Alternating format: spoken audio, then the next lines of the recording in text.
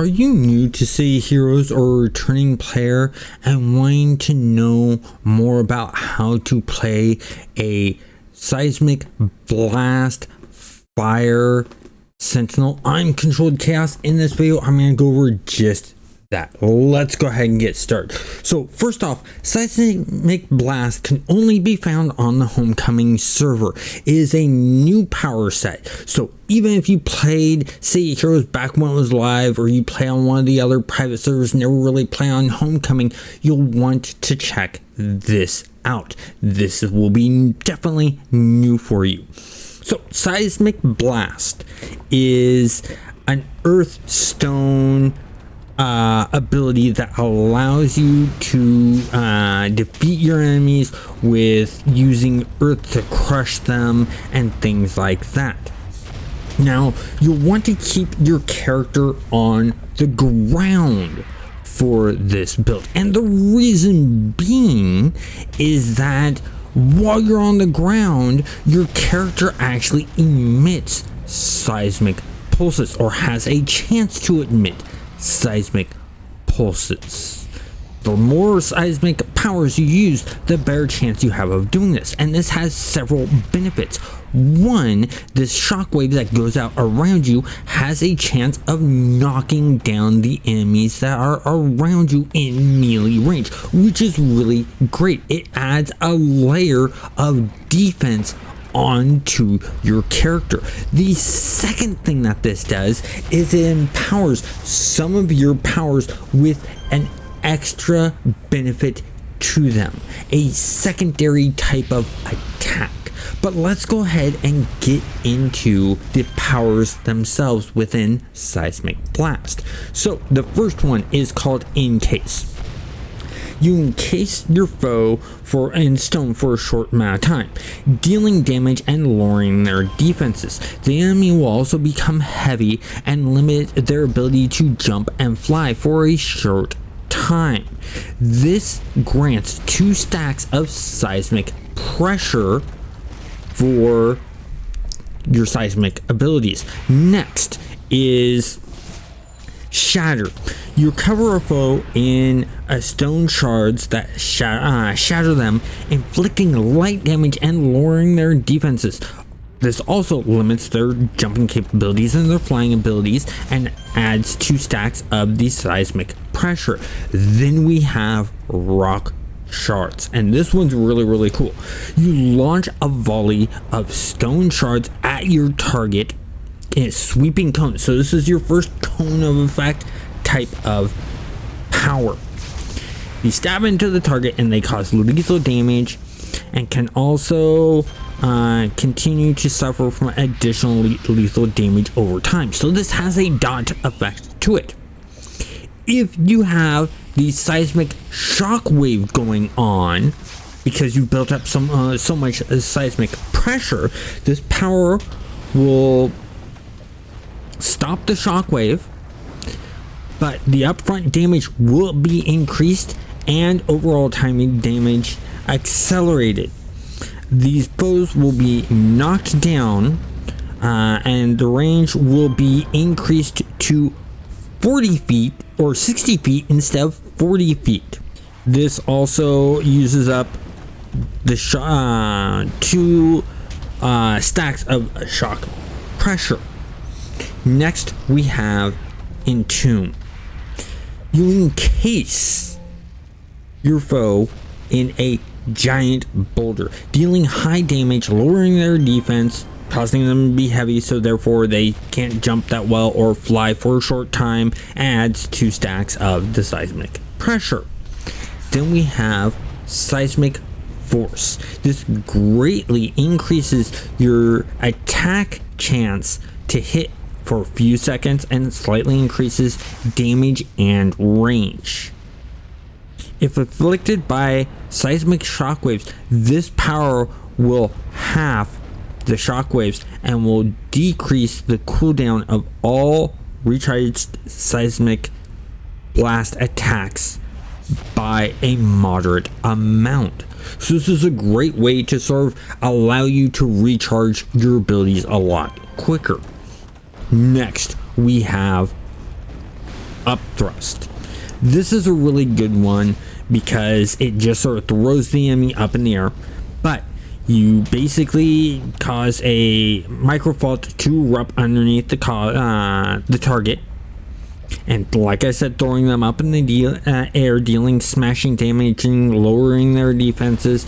It affects the foe being heavy, limiting their jump and their fly again for a short time, and the force of the eruption can knock back enemies, not enemies. So you'll hit your target and do that damage, but then the enemies around him will get knocked back, which is really, really cool. It adds 2 stacks of the seismic pressure to it. Then we have gravestone.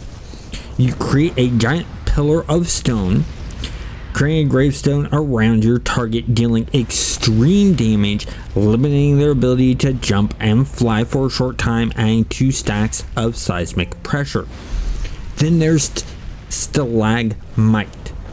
Stalagmite, you call it a stalagmite to erupt underneath your enemy, dealing minimal lethal damage and disorientating them for a good while, a nice amount of time.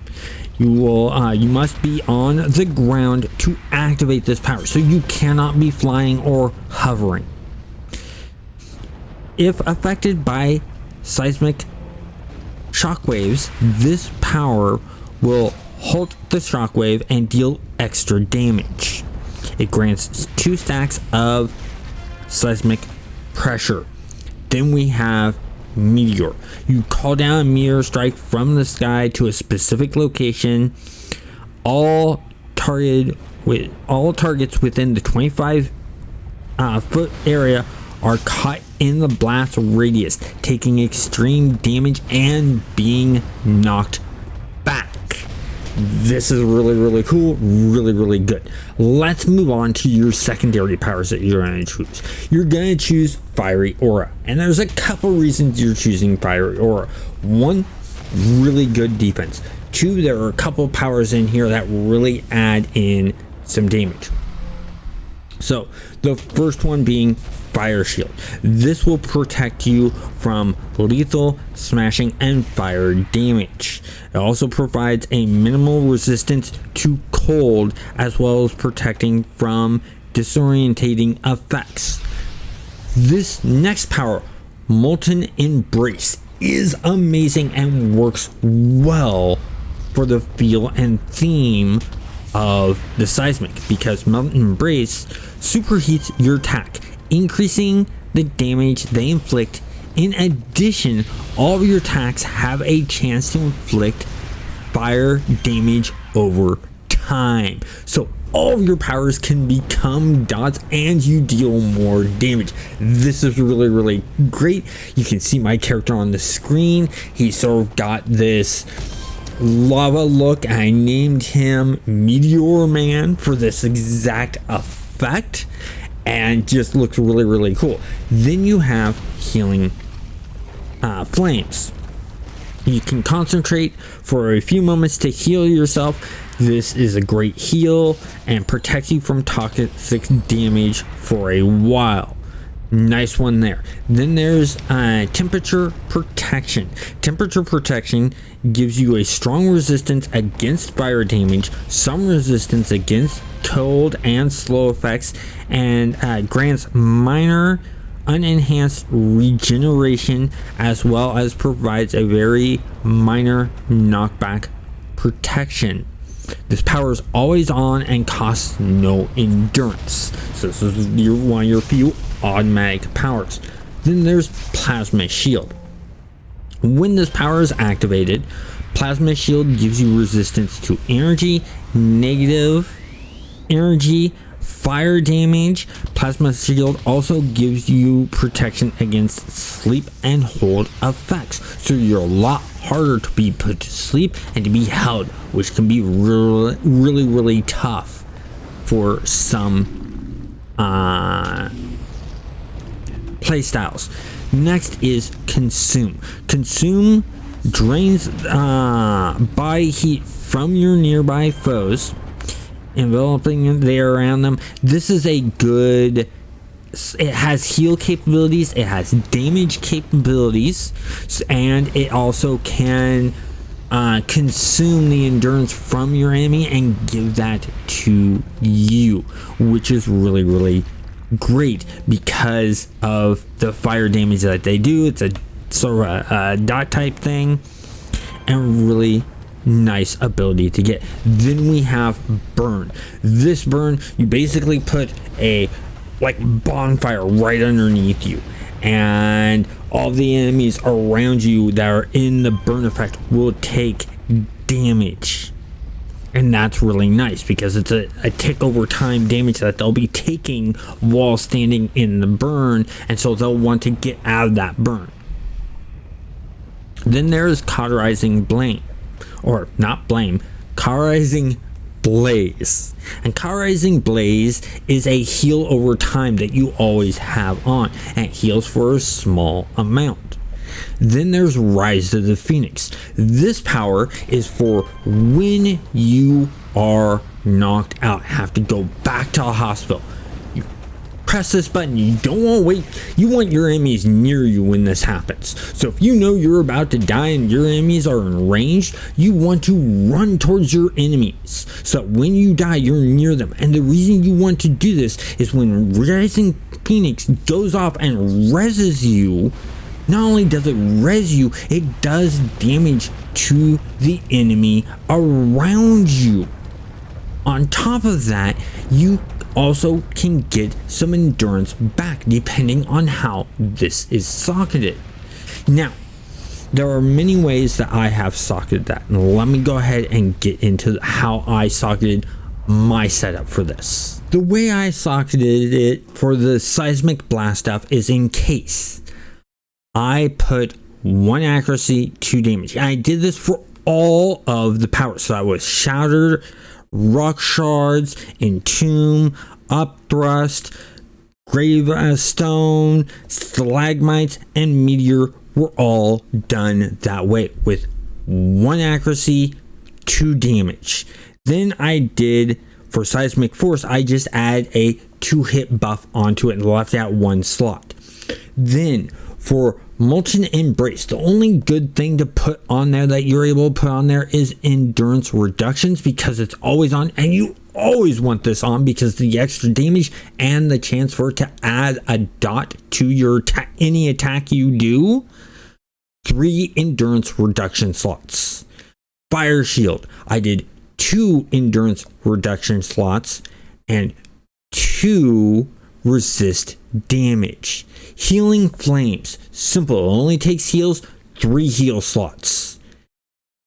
Temperature Protections, 3 damage reductions. Because this is the one that is on automatically, it doesn't take any endurance, you don't need to worry about the endurance on this. Plasma Shield, 2 endurance reductions and 2 resist damage. Consume Flame, or Consume. I wanted this to do a bit more, bit of damage, so I put accuracy, I put damage, and I put an endurance modifier on this to get more endurance back. Now you can change this up a bit more. If you want this to be heal instead of damage, or you want to slot this up more, go for it. But I only put 1 accuracy in and then double slot some of the others. Burn, I put 2 accuracies and 2 damage because I wanted to make sure that burn goes off because it has a long cooldown time. Cauterize, I put 3 heals into it.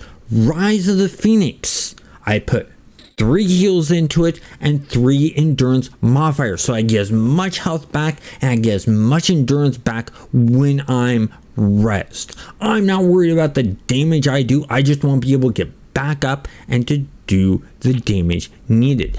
Now, I also put 3 into health for healing.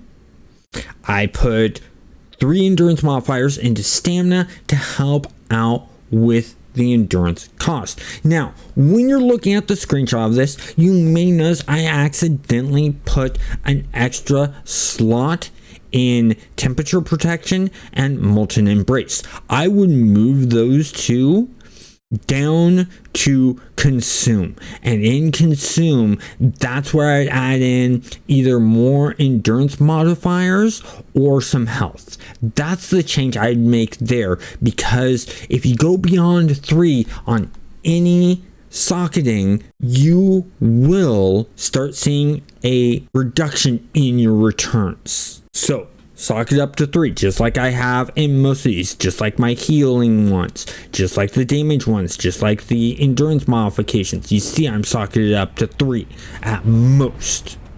And that's the reason I've done this. Now, when playing this character, I'll tell you right now, you're not going to need much downtime.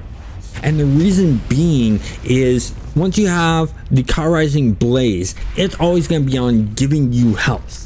On top of that, early on, you get healing flames, which keeps you going. Because you've also put in your endurance reductions on your toggles, you're able to reduce the amount of endurance that's being used up. Plus, when you get consumed, putting endurance modifiers on there and health in there is another way to heal and another way to get endurance back. And then putting the 3 endurance modifiers into stamina allows you to just move forward and keep fighting. I'm not really using rest much. It's very, very rare that I don't bother with it. And the reason being is I don't worry about the XP debt, so I'll run and continue the fights, and then when I get knocked out, I just use Rising Phoenix.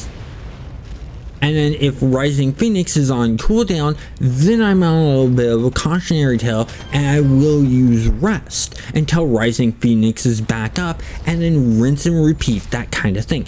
You do insane amounts of damage with this setup. And it's because you're double socketing on all of your damage, and you're also got that molten embrace that really helps out. Now, when starting out, the first one you want to take, I say take fire shield first when you're leveling, when you're first starting out as your first secondary power. Then when you hit level 2, don't get another attack, get the molten embrace. Make sure that that's the next power you get when you're level 2, because that molten embrace is just so much powerful. It's adding to every single attack you have and modifying it. It is a great power to get, and you can get it very early in your gameplay, and it will be a lifesaver, I promise you. If you enjoyed this video, please hit that like button and subscribe, and have a great day.